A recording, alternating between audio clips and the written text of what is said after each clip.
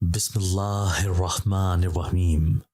رات کا آخری پہر شروع ہونے میں کچھ ہی لمحے باقی تھے کہ وہی مخصوص سی سریلی آواز میرے کانوں میں رس گھولنے کے لیے بےتاب تھی۔ میں ایک دم سے اٹھ کر بیٹھ گیا کیونکہ جیسے ہی رات کا تیسرا پہر شروع ہونے کے قریب ہوتا یہ آواز میری سماعتوں سے ایسی ٹکراتی گویا یہ میرے کانوں میں رس گھولنے کے لیے ہی بنی ہو۔ میں گھپ اندھیرے میں ہاتھ ٹٹولتا ہوا کمرے سے باہر نکلنے کی کوشش کر رہا تھا کیونکہ حسب سابق بجلی نہ ہونے کی وجہ سے گھپ اندھیرا تھا اور ساتھ ہی کمرے میں چار پائیاں زیادہ ہونے کی وجہ سے اندر اور باہر آنے جانے کے راستے میں دشواری ہو رہی تھی۔ میں بہت آرام سے پاؤں رکھتے ہوئے باہر کی سمت جا رہا تھا کہ چارپائی سے ٹکرا گیا۔ جیسے ہی چارپائی سے ٹکرایا تو ہمیشہ کی طرح کچی نیند والی پیاری امی ہڑبڑا کر اٹھ بیٹھی۔ کون ہے؟ بتاؤ کون ہے؟ رات کے اس پہر کیوں چین نہیں لوگوں کو؟ مجھے پتا تھا کہ اماں بہکی بہکی باتیں کریں گی، اس لیے میں جلدی سے بول اٹھا، اماں، میری پیاری ماں، کوئی بھی تو نہیں ہے؟ میں ہوں نادر، آپ کا بیٹا۔ پیاس لگی ہوئی تھی شدید، اسی لیے پانی پینے کے لیے کمرے سے باہر نکلنے کی کوشش کر رہا تھا، لیکن کمرے میں جگہ ہی کوئی نہیں نکلنے کی۔ میں پھر بھی بڑی احتیاط سے کمرے سے باہر نکلنے کی کوشش کرنے لگا کہ اچانک ہی وہی ہوا جس کا ڈر تھا۔ پورا کمرہ چیخوں سے گونج اٹھا اور چیخیں آج تو پہلے سے بھی کئی گنا زیادہ تھیں۔ میں جیسے آگے بڑھا ویسے ہی پلٹ آیا کیونکہ راشدہ آپی اپنی چارپائی پر اوندھے منہ لیٹی ہوئی تھیں اور بری طرح تڑپتے ہوئے رو رہی تھیں۔ ان کی چیخیں آسمان کا سینہ چیرنے کے لیے کافی تھیں۔ بانسری کی آواز ابھی بھی دور سے آ رہی تھی۔ میرے قدم وہیں پہ ہی جامد و ساکن ہو چکے تھے۔ ہاں، اماں، زینب باجی، انہیں دیکھیں، ان کی طبیعت بہت خراب ہو رہی ہے۔ میں جیسے ہی پلٹا آپی راشدہ کی آنکھیں ابلتی ہوئی معلوم ہو رہی تھی، وہ بالکل بھی قابو میں نہیں آ رہی تھی۔ اماں بیچاری ویسے بھی دکھوں کی ماری ہوئی جہاں بیٹھی وہیں پہ ہی بیٹھی رہ گئیں۔ ان کی اپنی سانس اکھڑنا شروع ہو گئی تھی۔ میں نے انہیں دلاسا دیتے ہوئے کہا کہ یہ کوئی پہلی دفعہ تھوڑی ہوا ہے، آپ حوصلہ رکھیں، لیکن ہمیشہ ایسے ہی لگتا تھا جیسے یہ پہلی دفعہ ہو رہا ہو۔ ابھی میں اماں کو تسلی دے رہا تھا کہ راشدہ آپی نے اپنے سر کے بالوں کو نوچنا شروع کر دیا۔ وہ پہلے سے بھی کہیں زیادہ اپنے بال نوچنے میں مصروف تھیں۔ میں ان کی اس حالت کو ہمیشہ سے ہی دیکھتا آ رہا تھا، لیکن آج ان کی اس حالت کو دیکھتے ہوئے مجھے بہت دکھ ہو گیا تھا۔ میں ان کے قریب گیا۔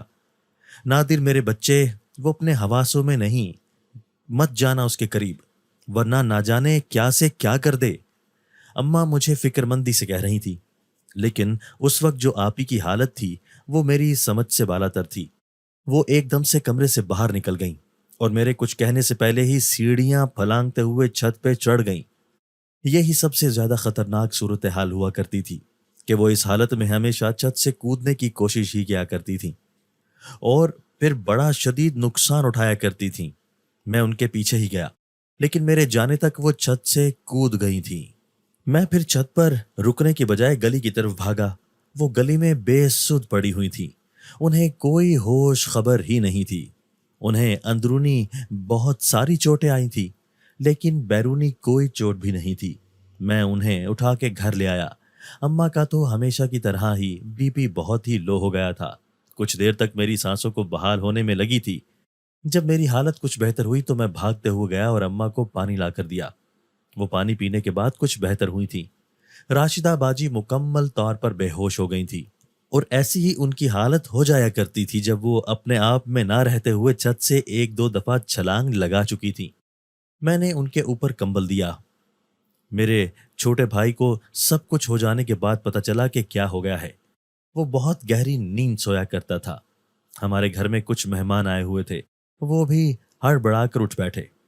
کمرے میں عجیب سی ہلچل ہو رہی تھی۔ میں نے سب سے کہا کہ ابھی سو جائیں، ابھی کچھ رات باقی ہے۔ وہ خسر پسر کرتے ہوئے سو گئے۔ میں اور اماں صبح تک جاگتے رہے۔ میں نماز پڑھنے کے لیے قریبی مسجد میں گیا جہاں مولوی صاحب دین سے دوری کو آج کل کی مشکلات کی وجہ بتا رہے تھے۔ میں کچھ دیر تک تو بیٹھا رہا، لیکن پھر دکان پہ جانے کی وجہ سے وہاں سے اٹھ کے گھر آ گیا جہاں سبھی لوگ جاگ رہے تھے۔ اماں زینب کے ساتھ مل کر ناشتہ بنانے میں مگن تھی۔ مجھے دیکھتے ہی کہنے لگی کہ نادر، کل تو وقت ہی نہیں ملا بات کرنے کا، لیکن میں آج یہ سوچ رہی ہوں کہ بات کر ہی لوں۔ دراصل تمہاری تائی تمہاری بہن زینب کے رشتے کے لیے آئی ہوئی ہیں۔ میں جو چائے کا پہلا گھونٹ ابھی لینے ہی لگا تھا، جلدی سے کپ نیچے رکھ کر اماں کی بات کو غور سے سننے لگا۔ اماں، کامران اچھا لڑکا ہے، لیکن میں تو شروع سے ہی یہ چاہتا ہوں کہ پہلے راشدہ باجی کا کہیں… بس کرو نادر، اس کی حالت کو دیکھو۔ ایسی حالت میں بھلا کیسے ممکن ہے کہ کہیں کوئی رشتہ کیا جائے؟ ابھی بات میرے منہ میں تھی کہ اماں نے مجھ سے کہا کہ جو جس کے لیے رشتہ آیا ہے ہم لوگ اس پہ آمین کہتے ہیں، آگے تو پھر جو نصیب میں لکھا ہے وہی ہونا ہے۔ میں نے اماں کو سمجھاتے ہوئے کہا کہ شام تک میں آ جاؤں گا، پھر بیٹھ کر بات کر لیتے ہیں۔ میں نے پراٹھے کا نوالا منہ میں رکھتے ہوئے چائے کے 2 گھونٹ پی لیے اور جلدی سے بائک باہر نکالتے ہوئے گلی میں آ گیا۔ وہی جگہ آنکھوں کے سامنے آ گئی جہاں آپی کل رات کو گری تھی۔ بڑا عجیب ہوا تھا، لیکن بس دعا کے علاوہ اور کیا کر سکتے ہیں۔ بڑے ہی بھاری دل کے ساتھ میں دکان کی طرف چل دیا۔ دکان گھر سے 2 میل دور تھی۔ کوشش تو بہت کی تھی کہ کہیں کوئی قریبی دکان مل جائے تو گزر بسر ہو جایا کرے گی، لیکن بات وہی کہ جتنی بھی قریبی دکانیں تھیں ان کے کرائے بہت زیادہ تھے، جن کی بنا پر یہ لوگ دور دور تک جا کر دکانیں بنا لیا کرتے تھے۔ میں بھی تیزی سے بائک چلاتے ہوئے دکان کی طرف جا رہا تھا۔ آج دن بہت کھلا نکلا تھا، مطلب سورج کی روشنی بہت ہی تیز تھی، الگ صبح جو جسم کو سکون دے رہی تھی، کیونکہ پہاڑوں کے قریب ہونے کی وجہ سے بعض اوقات یہاں برف باری بھی پڑ جایا کرتی تھی، جس کی وجہ سے گرمیوں میں بھی موسم قابل برداشت ہی ہوتا تھا۔ میں دکان پہ پہنچ گیا تھا۔ آج ساتھ والے حاجی بشارت کی دکان بند تھی۔ یہ بڑی حیرت کی بات تھی کیونکہ وہ تو ہر موسم میں دکان صبح 6 بجے کھول لیا کرتے تھے، کیونکہ ان کا یہ کہنا تھا کہ اگر رزق کی تلاش میں نکلیں گے تو رزق لازمی ملے گا، ہاتھ پہ ہاتھ رکھنے سے تو کچھ بھی حاصل نہیں ہوتا نا۔ لیکن آج بڑی حیرت کی بات تھی کہ ان کی دکان بند تھی۔ میں نے دوسری طرف دیکھا تو سلیم بھائی بھی دکان کھول رہے تھے۔ جیسے ہی وہ دکان میں جھاڑو لگانے لگے تو میں نے حاجی بشارت کا پوچھ لیا، ارے نادر بھائی، کیا بتاؤں کہ حاجی صاحب کی اس دنیا میں ایک ہی اولاد ہے، اور وہ ہے 25 سال کی بیٹی، لیکن وہ 25 سالہ بیٹی ایک بہت بڑی آسیب کے سائے میں ہے، مطلب اس پہ کسی بدروح کا اثر ہو چکا ہے، جس کی بنا پہ کل رات اسے شدید دورہ پڑا، جس کی بنا پہ اس نے چھت سے چھلانگ لگا دی، کا سر پھٹ گیا، جس کی وجہ سے وہ ہسپتال میں ہے، اور بشارت بھائی شدید پریشانی کے عالم میں اپنی بیٹی کے پاس ہیں۔ یہ ساری بات سننے کے بعد میرے دل میں ایک دم سے راشدہ آپی کا سراپا گھوم گیا کہ یہی صورتحال تو میرے اپنے گھر میں بھی ہے۔ اف میرے خدا، رحم فرما دے ان بہن بیٹیوں پہ۔ سچے دل سے دعا کرنے کے بعد میں دکان میں جھاڑ پوچھ کرنے لگا۔ گرد بہت پڑی ہوئی تھی۔ کتابوں والے ریک کو صاف کرتے ہوئے کوئی بھاری سی چیز نیچے گر پڑی۔ میں نے جلدی سے نیچے زمین کی طرف دیکھا، لیکن وہاں تو کچھ بھی نہیں تھا۔ کچھ دیر تک ادھر ادھر بھی دیکھا، لیکن مجھے کچھ بھی نظر نہیں آیا۔ میں پھر سے اپنے کام میں مصروف ہو گیا۔ گاہک آنا شروع ہو گئے تھے الحمدللہ، لیکن پورے دن میں میرا دھیان آپی راشدہ اور بشارت بھائی کی بیٹی کی طرف جا رہا تھا۔ نہ جانے کیسے حالات سے گزرتی ہوں گی جب یہ قیامت گزرتی ہوگی۔ سر میں درد شروع ہو گیا سوچ سوچ کر، لیکن پھر شام ہوتے ہی مجھے ایک مخصوص سی بائک کی آواز سنائی دینے لگی۔ میں سارے کام چھوڑ کر دکان سے باہر نکل آیا۔ ابھی ویسے بھی شام کا وقت تھا، تو اس وقت پوری مارکیٹ کے دکاندار باہر نکل کر بیٹھے، جس کے پاس جو کھانے والی خیر ہوتی وہ سب کو مل بانٹ کر کھانے میں شریک کرتا۔ اسی طرح سے زندگی کا نظام چلتا جا رہا تھا۔ میں مکمل طور پہ بائک کی آواز کی طرف متوجہ تھا۔ وہ بشارت بھائی کی بائک تھی۔ میں نے دور سے انہیں دیکھا تھا۔ مٹی اور دھول سے ان کے چہرے پر بہت گرد پڑی ہوئی تھی۔ وہ بائک روک کر ہمارے پاس ہی آ کر بیٹھ گئے۔ جتنے اچھے وہ تھے، آج مشکل وقت میں ہم نے ان کے لیے بہت زیادہ اچھا سوچنے کی کوشش کرنی تھی۔ بھارت بھائی، ہماری بیٹی کی طبیعت اب کیسی ہے؟ گو کہ وہ عمر میں مجھ سے کافی بڑے تھے، لیکن مارکیٹ کے اصول کے مطابق یہاں سب ایک دوسرے کو بھائی کہہ کر ہی بلایا کرتے تھے، اسی لیے میں بھی کم عمر ہونے کے باوجود انہیں بھائی ہی کہتا تھا، اور ان کی اولاد کو بیٹی۔ بس نادر، کچھ خاص فرق نہیں ہے۔ کل اپنی جان لینے کی کوشش کی ہے میری اس معصوم بچی نے، ہسپتال میں داخل ہے۔ میری چیک بک کل یہاں رہ گئی تھی، وہی لینے کے لیے آیا ہوں۔ ہسپتالوں میں رہتے ہوئے پیسہ تو پانی کی طرح بہانا پڑتا ہے نا، بس وہی کر رہا ہوں۔ کہ اکلوتی اولاد کسی طرح زندہ بچ جائے۔ وہ بہت آبدیدہ ہوتے ہوئے بتا رہے تھے، لیکن بشارت بھائی ہماری بیٹی کو ہے کیا؟ باتوں ہی باتوں میں ہم انہیں کچھ نہ کچھ کھلانے میں کامیاب بھی ہو گئے تھے۔ وہ بتانے لگے کہ مجھے تو لگتا ہے کہ اسے کوئی بیماری ہے، لیکن کل جو کچھ اس نے کیا ہے اس سے تو یہ ظاہر ہوتا ہے کہ اس پہ سایہ ہے، کیونکہ اس کی ماں کو اس بات کا پورا یقین ہے۔ ساری علامات صرف سایہ ہونے کی صورت میں ہی ہوتی ہیں، لیکن میں ان باتوں کو کبھی نہیں مانتا۔ اچانک ہی تیز آندھی چلنے لگی۔ دکانوں کے آگے لگے ترپال جو کہ بہت موٹے تھے وہ اڑنے لگ گئے تھے۔ ہم سب نے ایک دوسرے کے ہاتھوں کو بڑی مضبوطی سے تھام لیا، لیکن ہوا تو مسلسل تیز ہی ہوتی جا رہی تھی۔ کچھ دیر کے بعد ہوا خود ہی رک گئی۔ کپڑے مٹی سے بھر گئے تھے۔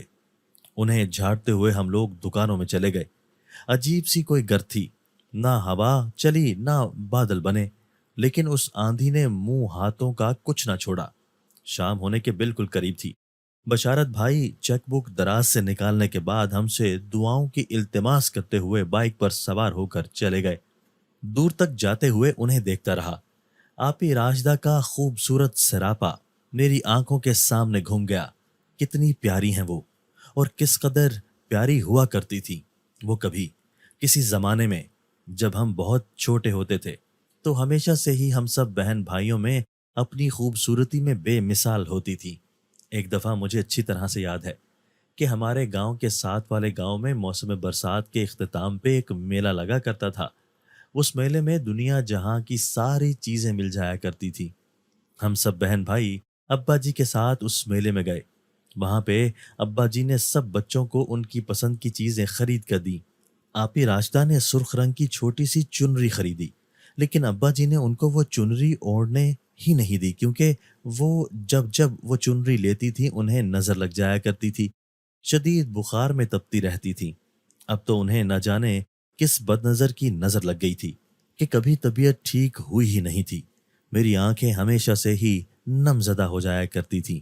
اللہ پاک سے خصوصی دعا ہے کہ اللہ ان کی مشکل کو حل کر دیں، اور ساتھ ہی بشارت بھائی کی بیٹی کو بھی، آمین۔ رات ہونے والی تھی۔ مارکیٹ تقریباً بند ہو رہی تھی۔ میں نے بھی اپنی دکان بند کی، ساتھ والوں کو سلام دعا کی اور پھر بائک لے کر گھر کی طرف جانے والی سڑک پر چڑھ گیا۔ سڑک کچھ ہموار اور کہیں سے ٹوٹی پھوٹی تھی، جس کی بنا پہ مجھے بہت احتیاط سے چلنا پڑ رہا تھا۔ راستہ آج کچھ کٹھن لگ رہا تھا۔ بار بار بشارت صاحب کی بیٹی اور راشدہ آپی کا خیال ذہن کو مزید پریشان کر رہا تھا کہ اچانک ہی میرے کانوں میں وہی مانوس سی بانسری کی آواز سنائی دینے لگی۔ میں مڑ کر ادھر ادھر دیکھنے لگا، لیکن دور دور تک مجھے کوئی بھی نظر نہیں آیا۔ میں پھر بڑی توجہ کے ساتھ اپنی منزل کی طرف گامزن تھا کہ جیب میں رکھے ہوئے میرے موبائل کی بیپ بجنے لگی۔ میں نے نکال کر دیکھا تو اماں کی کال تھی۔ جی اماں، میں نے سیل فون کو آن کرتے ہوئے پوچھا۔ نادر بیٹا، گھر میں گوشت نہیں ہے، راشدہ ضد کر رہی ہے، اگر ہو سکے تو کہیں سے لیتے آؤ۔ لیکن اماں اس وقت تو کہیں سے نہیں ملے گا۔ ہاں جانتی ہوں، لیکن اس نے ضد ہی ابھی کی ہے۔ اچھا میں کچھ کرتا ہوں۔ ابھی ذہن اس بات کو سوچنے پر مجبور تھا کہ گوشت کہاں سے ملے گا، کیونکہ میری دکان والی مارکیٹ تو مکمل طور پر بند ہو چکی تھی، ورنہ میں وہیں پہ ہی واپس جا کر لے آتا۔ اب میں سوچتا جا رہا تھا کہ کچھ یاد آیا کہ راستے میں ایک کونے میں گوشت والے دکان رات گئے تک کھلی رہتی ہے، بس وہیں پہ ہی جانے کا سوچ لیا۔ لیکن وہ دکان یہاں سے کچھ فاصلے پہ ہی کچھ ہٹ کر تھی، تب مجھے وہاں پہ اسپیشل ہی جانا تھا، اس لیے میں نے بائک اس طرف کو موڑ لی۔ پورا راستہ ہی سنسان اور ویران پڑا تھا۔ ویسے بھی رات کے 8 بج چکے تھے، اور اس موسم میں تو ویسے ہی رات بہت جلد ہو جایا کرتی ہے۔ وہ گوشت والا سڑک سے کچھ ہٹ کر ایک ڈھابے میں بیٹھتا تھا، لیکن اس کا گوشت بہت ہی صاف ستھرا اور بے حد صحت مند ہوتا تھا۔ بس میں اسی کی تلاش میں نکل پڑا۔ سڑک پر لگے ہوئے سارے بورڈ پڑھتا جا رہا تھا کہ ذہن میں خوشی سے ایک دم سے جھماکا ہوا، کیونکہ رشید گوشت والے کا بورڈ نظر آ گیا تھا۔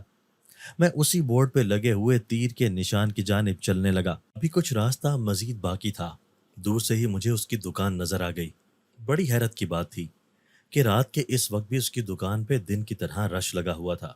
میں اس کی دکان کی طرف موٹر سائیکل لے گیا، لیکن آگے کچھ لکھا ہوا تھا، موٹر سائیکل دکان کے قریب کھڑی کرنا منع ہے۔ جس کو گوشت کی ضرورت ہے وہ بنا موٹر سائیکل کے یہاں پہ آئے۔ میں بہت حیران ہوا، لیکن کیا کرتا، اپنی مجبوری تھی۔ اپنی اس پیاری اور معصوم بہن کے لیے تو میری جان بھی حاضر تھی۔ میں نے موٹر سائیکل دور ہی کھڑی کی اور خود پیدل چل کر دکان کی جانب جانے لگا۔ اس قدر رش تھا کہ میری سمجھ میں نہیں آ رہا تھا کہ اتنی مخلوق ایک ہی دکان پہ کیسے آ گئی ہے۔ میں جیسے ہی دکان کے قریب پہنچا تو وہاں پہ کھڑے لوگ ایک دوسرے کو دھکے دیتے ہوئے ایک دوسرے پر گرنے لگے تھے۔ میں گھبراتے ہوئے ایک سائڈ پہ کھڑا ہو گیا، لیکن ایسے تو میری باری ہی نہیں آ رہی تھی۔ میں کچھ ہمت کر کے آگے بڑھا۔ 1 کلو گوشت دینا بھائی۔ میں یہ بات کہہ کر کچھ فاصلے پہ کھڑا ہو گیا، لیکن اس نے میری بات ہی نہیں سنی۔ میں نے 3 سے 4 دفعہ کہا گوشت نہیں ہے۔ ایک مضبوط آواز میرے کانوں سے ٹکرائی، ہیں؟ اتنا تو گوشت پڑا ہے اور ابھی کہہ رہے ہو کہ گوشت نہیں ہے؟ میں نے اس کی طرف سے سرے عام جھوٹ بولنے پہ تنگ آ کر کہا، ہاں ہاں گوشت نہیں ہے۔ جب ایک دفعہ کہہ دیا تو پھر کیا سمجھ میں بات نہیں آ رہی؟ بس اب تو میرے صبر کی انتہا ہو چکی تھی، کیونکہ وہ میرے منہ پہ جھوٹ بول رہا تھا اور پھر سب سے بڑھ کر میرے سامنے وہ باقی لوگوں کو گوشت بھی دیتا جا رہا تھا۔ میں اس کی اس غلط حرکت پہ آگے بڑھا۔ میرے ہاتھ میں میرا موبائل تھا۔ میں نے اس کا ٹارچ جلایا اور گوشت بنانے والے کے چہرے پہ کیا تو میری ٹانگیں تھر تھر کانپنے لگیں، کیونکہ وہ جو گوشت بنا رہا تھا اس کی شکل تو عام انسانوں کی طرح نہیں تھی، لیکن وہ بالکل انسانوں کی طرح اپنے کام میں اس قدر مگن تھا کہ اسے آس پاس کی کوئی بھی خبر نہیں تھی۔ شاپر بھرتے بھرتے وہ ادھر ادھر دیکھنے کی کوشش بھی نہیں کر رہا تھا۔ رشید بھائی، وہ 1 کلو گوشت دے دیں۔ وہ میں دیر ابھی لفظ میرے منہ سے ہی نکلے تھے کہ اچانک میری نظر رشید بھائی کے ساتھ کھڑے ہوئے ایک شخص پہ پڑی۔ وہ دیکھنے میں تو دور سے انسان ہی لگ رہا تھا، لیکن جیسے ہی میری نظر اس کی انگلیوں پہ پڑی جس سے وہ کام کر رہا تھا تو ایک دم سے میری آنکھوں کے سامنے اندھیرا چھانے لگا، کیونکہ اس کی انگلیوں کے سارے ناخن ہی الٹے تھے اور مکمل طور پہ سرخ تھے، جیسے ان میں سے خون رس رہا ہو۔ میرے دل کو کچھ ہوا، رشید بھائی جلدی، لیکن لفظ میرے منہ میں ہی رہ گئے، کیونکہ رشید بھائی نے اچانک ہی ہاتھ میں پکڑے ہوئے ٹوکے کو اس زور سے گھمایا کہ وہ ساتھ کھڑے اسی خون رشتے انسان کے سر میں دے مارا، لیکن ٹوکا اس کے سر میں لگنے کی بجائے اس کے پیٹ میں جا لگا اور لگتے ہی اس کے جسم کے آر پار ہو گیا۔ مجھے لگا کہ اس شخص کی موت اب تو پکی ہے، لیکن یہ میری غلط فہمی تھی، کیونکہ ٹوکا اسے لگنے کی بجائے دور جا گرا، اور حیرت اور خوف کی بات تو یہ تھی کہ خون رسنے کے باوجود وہ شخص اپنے کام میں اس قدر مگن رہا کہ ٹوکا لگنے کی اسے کوئی پرواہ ہی نہیں تھی۔ میرا منہ حیرت سے کھلا رہا۔ میں کافی دیر تک حیرت میں کھڑا رہا، لیکن پھر آنکھیں بند کیے بڑے مدھم انداز میں بنا کوئی آواز نکالے بڑی خاموشی سے ایک دفعہ پھر سے رشید بھائی کی طرف بڑھا، لیکن ابھی تو لفظ میرے منہ میں ہی تھے کہ میرے سامنے کے منظر نے مجھے اندر تک ہلا کر رکھ دیا۔ جسے پچھلے 2 گھنٹے سے میں رشید بھائی کہہ کر پکار رہا تھا، وہ ایک نہایت خوفناک شکل میں بدل چکا تھا اور ہوا میں معلق ہو چکا تھا۔ اس کے سر کے بال زمین تک آ رہے تھے اور آنکھوں کی جگہ پر گہرے کالے رنگ کے بڑے بڑے گول دائرے تھے جو گھومتے گھومتے نیچے زمین سے ٹکراتے ہوئے اوپر درختوں کے پتوں تک جا رہے تھے۔ اس کے بعد مجھے کچھ بھی ہوش نہیں رہا کہ میں کہاں پہ ہوں، میری موٹر سائیکل کہاں ہے، یا میں یہاں پہ کیا لینے آیا تھا۔ مجھے کچھ بھی یاد نہیں رہا۔ میں بس اتنا ہی دیکھ سکا کہ تیز چھریوں اور چاقوں کو لیتے ہوئے رشید بھائی میری طرف بڑھ رہے تھے۔ میں اس قدر خوف زدہ ہوا کہ بھاگتے ہوئے کچھ بھی نہیں دیکھا۔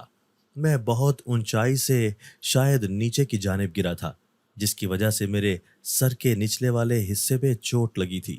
جب مجھے ہوش آئی تو میں گہرے جنگل میں بے یار و مددگار پڑا ہوا تھا۔ مجھے ایسے لگا کہ جیسے میں یہاں پہ پچھلے کئی سالوں سے پڑا ہوا ہوں۔ بڑی مشکل سے وہاں سے حرکت کی، دائیں سے بائیں جانب دیکھا، لیکن بہت دیر تک مجھے سمجھ ہی نہیں آئی۔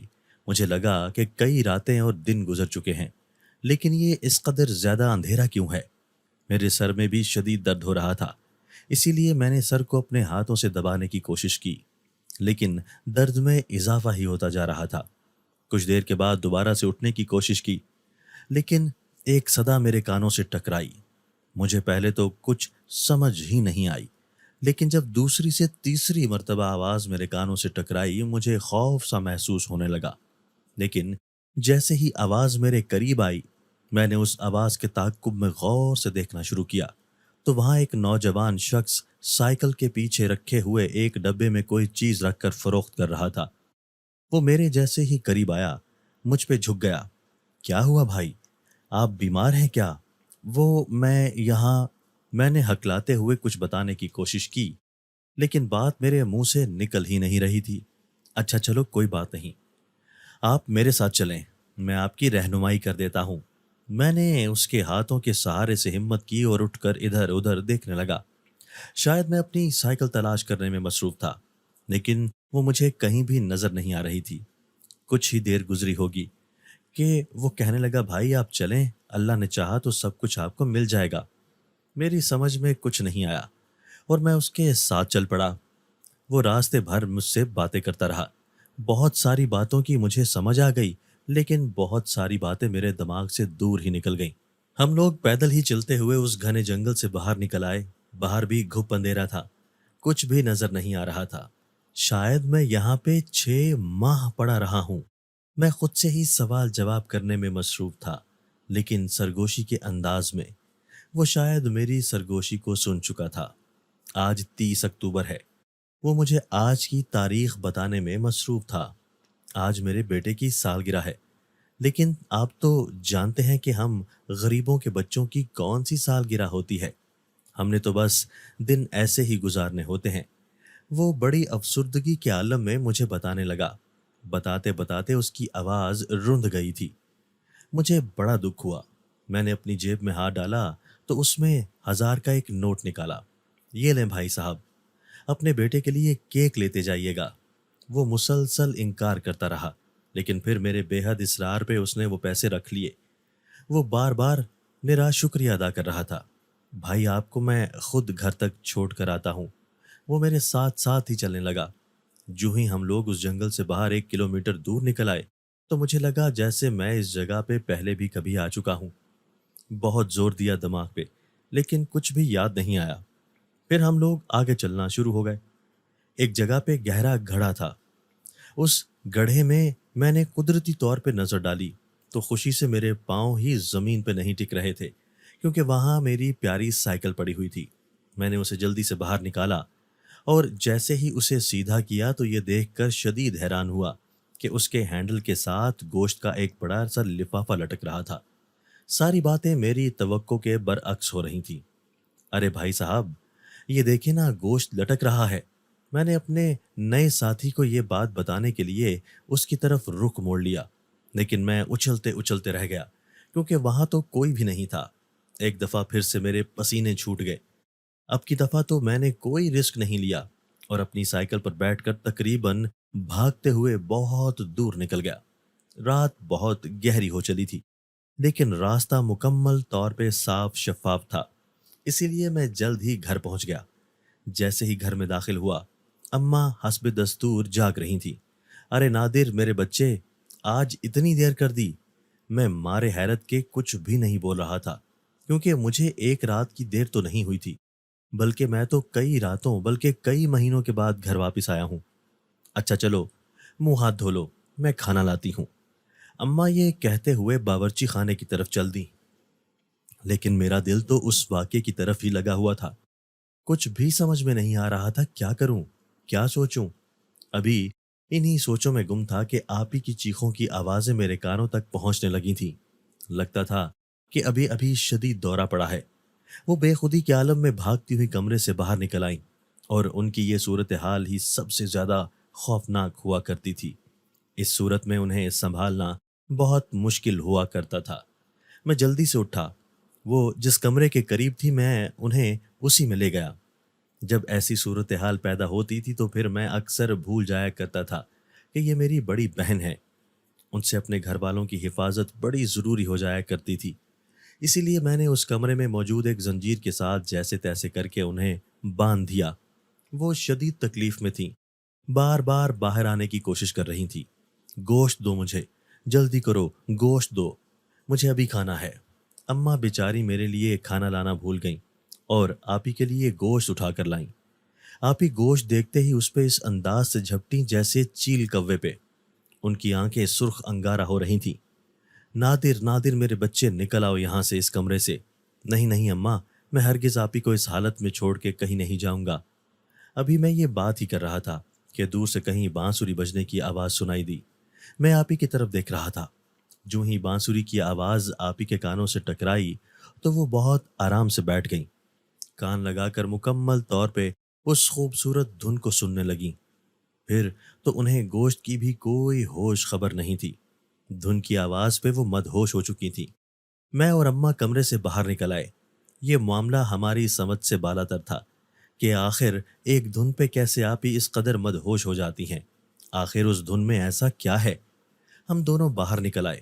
بانسری کی آواز گھر کے بالکل قریب سے آ رہی تھی اور ساتھ ہی قدموں کی ہلکی سی آواز بھی۔ اماں، میں ایک دفعہ چھت پہ جا کر دیکھ لوں کہ یہ کون ہے بانسری والا؟ ہرگز نہیں میرے بچے، کبھی بھی نہیں۔ بس تم یہ کھانا کھاؤ اور آرام کرو۔ اماں خالہ لوگ چلے گئے ہیں، کافی عرصہ ہو گیا تھا نا؟ میں نے نوالا منہ میں رکھتے ہوئے پوچھا۔ اے ہے باولا ہو گیا ہے کیا؟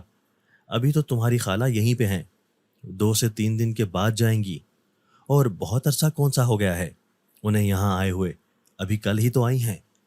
اب آئندہ ایسی کوئی بھی بات نہ کرنا، ورنہ انہیں بہت برا لگ جائے گا۔ لیے یہ سارے معاملات ہی بڑے عجیب ہو رہے تھے کہ رشید کی دکان کا واقعہ، پھر وہاں پہ عجیب سی مخلوق کا آ جانا، پھر مجھے اس اجنبی کا مل جانا، یہ سب کچھ نہ جانے کیا ہو رہا تھا۔ میں سمجھنے سے قاصر تھا، لیکن مجھے اس گتھی کو ہر صورت میں سلجھانا تھا، چاہے کچھ بھی ہو جائے۔ میں کھانا کھانے کے بعد اپنے کمرے میں جانے کے بجائے آپ ہی کے کمرے کی طرف چل دیا۔ وہ بے سدھ سو رہی تھی۔ یہ آنکھیں جو کبھی بہت ہی خوبصورت ہوتی تھیں، بہت پیچھے کو دھس چکی تھی۔ کئی آنسو میرے رخساروں پہ بہہ گئے۔ کچھ دیر بعد مزید غور و فکر کی کوشش میں گزر گئے۔ نہ جانے کب میری آنکھ لگی، مجھے پتا ہی نہیں چلا۔ کچھ دنوں کی بھاگ دوڑ کی وجہ سے نیند بالکل بھی پوری نہیں ہو رہی تھی، اسی لیے صبح جلد آنکھ کھل جانے کا کوئی تصور ہی نہیں تھا۔ اماں نے آج بھی گرجدار آواز میں مجھے جگا دیا، جس سے میرے سر میں شدید درد ہونے لگی۔ بہرحال بڑے ہی بھاری دل کے ساتھ میں اٹھ گیا۔ اچانک سے کچن میں روٹیاں بننے کی آواز آ رہی تھی۔ آواز جانی پہچانی تھی، تبھی تو میں فوراً سے کچن کی طرف بڑھ گیا۔ کیا دیکھتا ہوں کہ میری آپی، میری معصوم سی بہن روٹیاں بنانے میں مصروف ہیں۔ دل کو عجیب سی خوشی ہوئی۔ ان کو سلام کیا، بڑی خوش دلی سے مجھے جواب دیا، اور پھر میں اماں کے پاس باہر آ کر بیٹھ گیا۔ جان بھی پاس آ کر بیٹھ گئیں۔ نادر بیٹا، آج میں نے واپس چلے جانا ہے، بہتر ہے کہ تم لوگ ہمیں کوئی جواب دے دو۔ جی خالہ، جیسے آپ مناسب سمجھیں، مجھے بھلا کیا اعتراض ہو سکتا ہے؟ میں نے پہلی ہی فیصلہ اماں کی رضامندی کے ساتھ کر لیا تھا۔ جیتے رہو بیٹا۔ ناشتہ کرنے کے بعد میں بھی دکان کی طرف چل پڑا۔ بشارت بھائی کی بیٹی کا نہ جانے کیا حال ہوا ہے، بیچاری کس قدر مشکل میں ہے، اللہ اس کی مشکل حل کرے۔ دل سے خود ہی دعا نکل رہی تھی۔ سوچوں میں گم وقت گزرنے کا احساس ہی نہیں ہوا۔ دکان پہ پہنچا تو بشارت بھائی پہلے سے ہی موجود تھے۔ چہرے پہ بڑی رونق تھی، جیسے کوئی بہت بڑا بوجھ ہلکا ہوا ہو۔ سب کو مٹھائی کھلاتے پھر رہے تھے۔ پھر میں نے بھی گلاب جامن کا ٹکڑا منہ میں رکھا اور وجہ پوچھی تو کہنے لگے کہ تم سب کی دعائیں قبول ہوئیں، میری بیٹی پہ سے سایہ اٹھ گیا ہے، ماشاءاللہ سے بالکل ٹھیک ہو گئی ہے۔ اچھا، ماشاءاللہ، مجھے بے حد خوشی ہو رہی تھی کہ بشارت بھائی کی بیٹی بالکل ٹھیک ہو گئی ہے۔ کچھ دیر کے بعد وہ میری دکان میں آ کر بیٹھ گئے۔ میرے گھر کے حالات، خاص طور پہ باجی کے بارے میں بشارت بھائی جانتے تھے۔ انہوں نے ایک پرچے پہ کچھ لکھا اور کہنے لگے کہ اس پتے پہ بہن کو لے جاؤ، اللہ نے چاہا تو سب کچھ ٹھیک ہو جائے گا۔ بس اتنی سی بات کر کے وہ وہاں سے چلے گئے کہ پورے خاندان میں ابھی مٹھائی بانٹنا باقی ہے۔ جب کافی دیر گزر گئی تو میں نے پرچی کھول کر دیکھی۔ وہ کسی عالم دین کا پتہ تھا جس پہ ان سے ملنے کے اوقات لکھے ہوئے تھے۔ میں نے پرچی اپنی جیب میں رکھ لی اور اپنے کام میں مصروف ہو گیا۔ پہلی فرصت میں ہی بہن کو وہاں لے کر جاؤں گا، میں نے سوچ لیا تھا۔ شام کو بھی دکان بند کر کے گھر کی جانب چل دیا۔ آج جمعہ تھا اور اتوار کو ان عالم دین سے ملنے کا پکا ارادہ کر لیا تھا۔ ابھی گھر سے کچھ فاصلے پہ تھا کہ راستے میں ایک دکان کے باہر لٹکی ہوئی بانسریوں پہ نظر پڑی۔ نہ جانے کیوں دل مچل سا گیا اور اپنا بچپن یاد آ گیا، جب ابا جی کے ساتھ میلہ دیکھنے کے لیے گئے تھے تو وہاں سے میں نے ایک باجا خرید لیا تھا، اسے بجاتا رہا تھا۔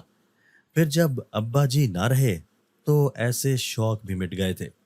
گھر پہنچنے سے پہلے میں ایک باغ میں چلا گیا۔ زندگی کی تلخ حقیقتوں سے چھٹکارا پانے کے لیے یہ سب کچھ بہت لازم تھا۔ کھلی ہوا میں کچھ دیر کے لیے سانس لینے میں کوئی حرج تو نہیں تھا نا۔ جیسے ہی میں باغ میں داخل ہوا، دل مچلا اور میں نے بانسری بجانا شروع کر دی۔ وہ نہ جانے کیسے اس قدر سریلی بج رہی تھی کہ میں اس کے ساز میں ہی کھو کر رہ گیا۔ ترنم سی آوازیں میرے کانوں میں گونج رہی تھیں، جس سے سرور سا آ رہا تھا۔ کچھ دیر تک وہ بجاتا رہا، پھر رات کے احساس نے مجھے ہوش دلایا کہ گھر بھی جانا ہے۔ میں جیسے ہی اس باغ سے باہر نکلا تو ایسے لگا کہ جیسے کوئی میرے پیچھے پیچھے چلتے ہوئے آ رہا ہے۔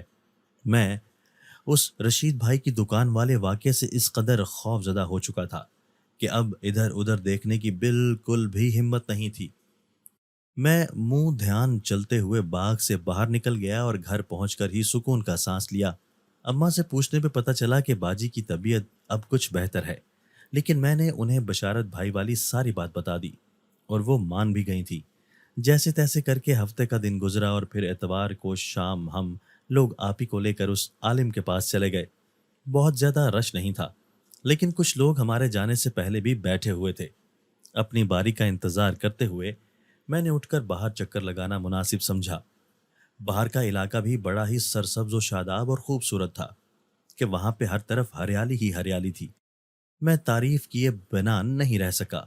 سامنے ایک امرودوں کا باغ بھی تھا جو پھل سے لدا ہوا تھا۔ میں نے نہ جانے کیسے جیب سے بانسری نکالی اور اسے بڑے ذوق سے بجانے لگا۔ جیسے جیسے میں اسے بجاتا تھا میرے ارد گرد گھنٹیاں بجنا شروع ہو جاتی تھیں۔ کچھ دیر تک میں اسی کام میں مصروف رہا کہ ایک نہایت ہی خوبصورت لڑکی میرے قریب آ کر بیٹھ گئی۔ میں خاموش ہو چکا تھا۔ بجاؤ بانسری، تم تو بہت خوبصورت بجاتے ہو، رک کیوں گئے؟ میری عادت تھی کہ جیسے ہی میں بانسری بجاتا تھا آنکھیں بند کر لیا کرتا تھا۔ ابھی بھی ایسے ہی کیا تھا۔ جیسے ہی وہ خوبصورت سی آواز میرے کانوں سے ٹکرائی تو میں نے ایک دم سے آنکھیں کھول دی، لیکن جیسے ہی میں نے آنکھیں کھولی تو وہ وہاں سے غائب ہو چکی تھی۔ بس ایک سی خوشبو تھی جو باقی رہ گئی تھی۔ میں نے ارد گرد چکر لگا کر تلاش کیا لیکن مجھے کوئی بھی نظر نہیں آیا۔ اتنی دیر میں مجھے اماں نے بلا لیا کہ اندر ہمیں بلاتے ہیں۔ میں اندر چلا گیا۔ عالم صاحب کا چہرہ بہت نورانی تھا، جیسے دنیا اور جہاں کے گناہوں سے مکمل طور پہ پاک ہو۔ انہوں نے کچھ دم کیا، کچھ پڑھا اور پانی دم کر کے دے دیا۔ ہم لوگ واپس آ گئے اور واپسی پہ اسی باغ میں سے گزرے۔ جیسے ہی ہم لوگ وہاں سے گزرے تو ایسے لگا جیسے وہ پہلے والی مخصوص سی خوشبو ابھی تک آ رہی ہے۔ میں ٹھٹک گیا، لیکن پھر رات بہت گہری ہونے کے ڈر کی وجہ سے ہم لوگ گھر کی طرف چل پڑے۔ چونکہ عالم کا ڈیرا بہت دور تھا، اس لیے وہاں پہ آنے جانے کے لیے ہم لوگوں نے اسپیشل گاڑی کروائی ہوئی تھی تاکہ سفر میں کوئی مسئلہ نہ ہو۔ نہ جانے عالم کے ہاتھ میں کون سا جادو تھا کہ پہلے دم سے ہی آپی کو کافی سکون محسوس ہو رہا تھا۔ وہ خوشگوار موڈ میں بیٹھی ہوئی اماں کے ساتھ چھوٹے بہن بھائیوں کی شادی کے ساتھ ساتھ میری شادی کا ذکر بھی کرنے میں مصروف تھیں۔ میں ان کے مسکراتے ہوئے چہرے کو دیکھتے ہوئے بے تحاشا مسکرا اٹھا۔ ڈرائیور نے تیز رفتاری سے گاڑی چلاتے ہوئے ہمیں منزل مقصود پہ پہنچا دیا۔ میرا تو تھکاوٹ سے برا حال تھا۔ گھر جاتے ہی بنا کھانا کھائے سکون سے سونے کے لیے اپنے کمرے میں چلا گیا۔ نیند بہت ٹوٹ کے آئی ہوئی تھی، اسی لیے بستر پر لیٹتے ہی سو گیا۔ آس پاس کی کچھ ہوش ہی نہیں تھی۔ کمرے میں گھپ اندھیرا تھا۔ شروع سے ہی مجھے لائٹ بند کر کے سونے کی عادت تھی، اسی لیے میں نے آج بھی لائٹ بجھا دی تھی۔ کمرے میں ہونے والی ہلچل نے مجھے جگا دیا۔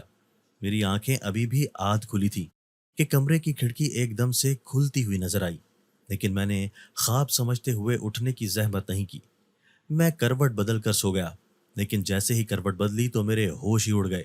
آنکھیں مکمل طور پہ کھل گئیں کیونکہ میرے دائیں جانب ایک نہایت ہی خوبصورت اور حسین لڑکی ہاتھ میں بانسری پکڑے اسے دھیمے سروں میں بجاتے ہوئے آنکھوں کو کبھی کھولتی اور کبھی بند کرتی تھی۔ میں اٹھ کر بیٹھ گیا کہ یہ میرے کمرے میں کون ہے؟ کون ہو تم جو اس طرح سے میرے کمرے میں بیٹھی ہوئی ہو؟ میں تو اس لڑکی کی دیدہ دلیری پہ بہت حیران ہو رہا تھا۔ میں اس سے مسلسل پوچھ رہا تھا، لیکن وہ بتانے پہ راضی ہی نہیں تھی، بلکہ بانسری اچھالتے ہوئے مجھے کہنے لگی کہ اسے بجاؤ۔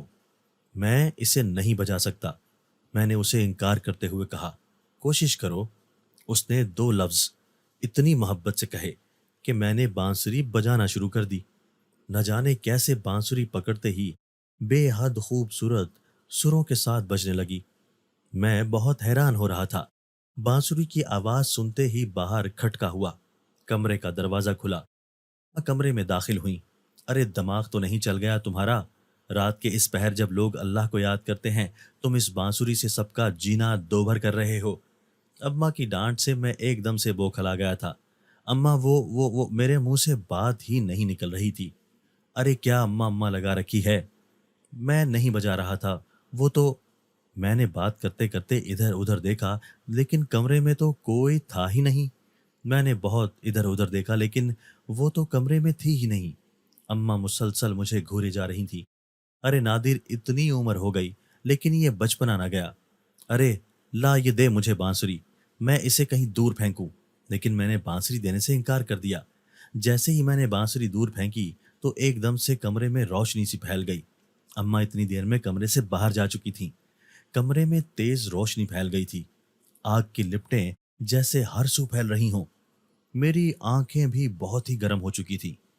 آگ کے شعلوں کی تپش میرے آس پاس پھیل رہی تھی جس سے میرے لیے وہاں پر رکنا محال ہو رہا تھا۔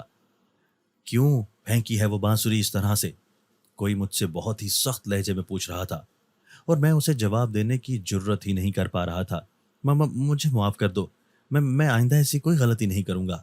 میں نے اس کے سامنے ہاتھ جوڑ دیے لیکن اس کا غصہ کم ہی نہیں ہو رہا تھا۔ ایک دم سے وہ غصہ کرنے والی آواز میرے سامنے آن کھڑی ہوئی۔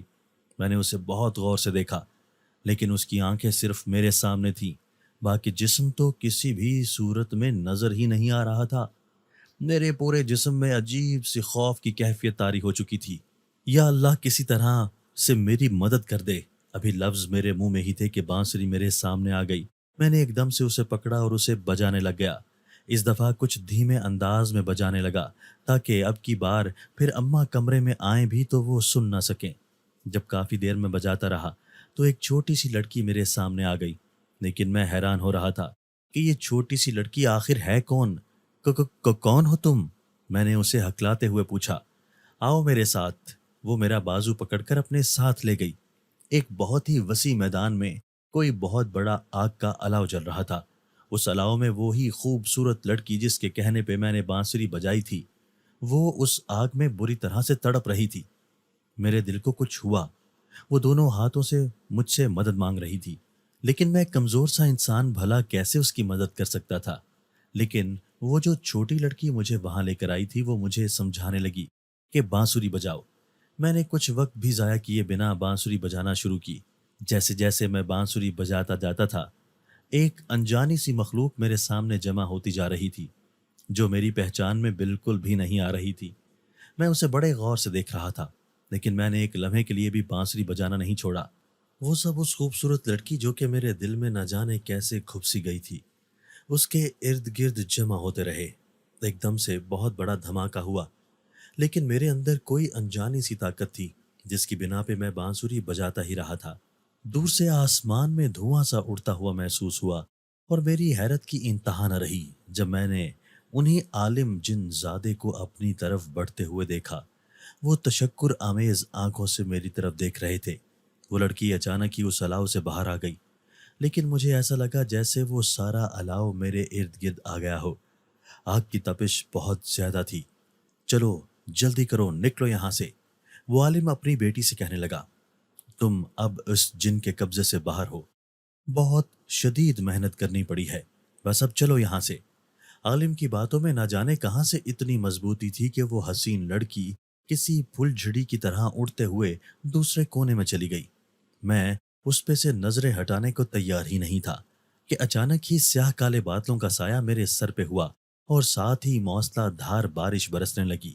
لیکن حیرت کی بات تو یہ تھی کہ وہ بارش صرف میرے اوپر ہی تھی۔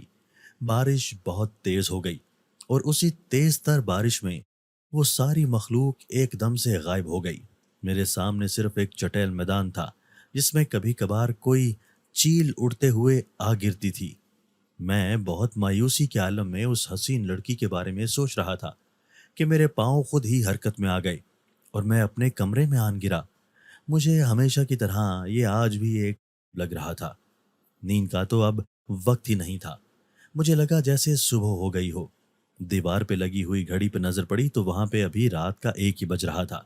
میرے ذہن کو ایک دم سے شدید جھٹکا لگا، کیونکہ جب رات کو اماں میرے کمرے میں آئی تھی تو اس وقت بھی 1 ہی بجا ہوا تھا۔ یا خدا، یہ میرے ساتھ کیا ہو رہا ہے؟ میں اپنا سر پکڑ کر بیٹھ گیا۔ میرا ذہن اس افراتفری میں شدید تھک چکا تھا، اسی لیے میں چارپائی پر لیٹ گیا۔ جیسے ہی صبح آنکھ کھلی تو اماں کہنے لگی کہ رات کو تمہاری خالہ کی کال آئی تھی۔ وہ کہہ رہی ہیں کہ 2 ماہ میں مجھے شادی کر کے دو۔ میرے سر پہ تو جیسے ہتھوڑے لگنے لگے تھے کہ پیسے تو پاس ہیں ہی نہیں، پھر کیسے شادی ہوگی؟ لیکن اللہ کا نام لے کر دکان پہ گیا۔ ابھی کچھ دیر ہی ہوئی تھی کہ 2 گاہک دکان پہ آئے۔ انہوں نے اپنی ضرورت کی چیزیں خریدی اور کہنے لگے کہ ہم یہ تمہاری دکان خریدنا چاہتے ہیں۔ ان کی یہ بات سن کر میں شدید حیرت میں پڑ گیا، کیونکہ یہ دکان جس جگہ پہ تھی وہاں پہ تو کبھی بھی کوئی گاہک اس کو خریدنے کی غرض سے نہیں آیا تھا، اور یہ مجھے منہ مانگی قیمت دینے کو تیار تھے۔ میں نے کچھ دیر کے لیے سوچا، پھر ہم نے دکان کا سودا کر دیا۔ پیسے اس قدر زیادہ دیے تھے کہ میری تو شاید 4 نسلوں کے لیے زیادہ ہوں۔ میں جیسے خواب کی سی کیفیت میں تھا۔ گھر جا کر اماں کو ساری بات بتائی۔ وہ بھی بہت حیران تھی، لیکن بولی کچھ بھی نہیں، کہ بس جو کچھ ہو گیا ہے ٹھیک ہے۔ 1 ماہ کے بعد بھائی بہن کی شادی تھی۔ لوگ حیرت زدہ تھے کہ کیسے اس قدر زیادہ اچھی اور بہترین شادیاں کر رہے ہیں۔ شادی کے 1 ماہ کے بعد اماں میرے لیے بھی لڑکی کی تلاش کرنے لگیں، لیکن جیسے ہی وہ کسی لڑکی کو پسند کرتی وہاں سے انکار ہو جاتا تھا۔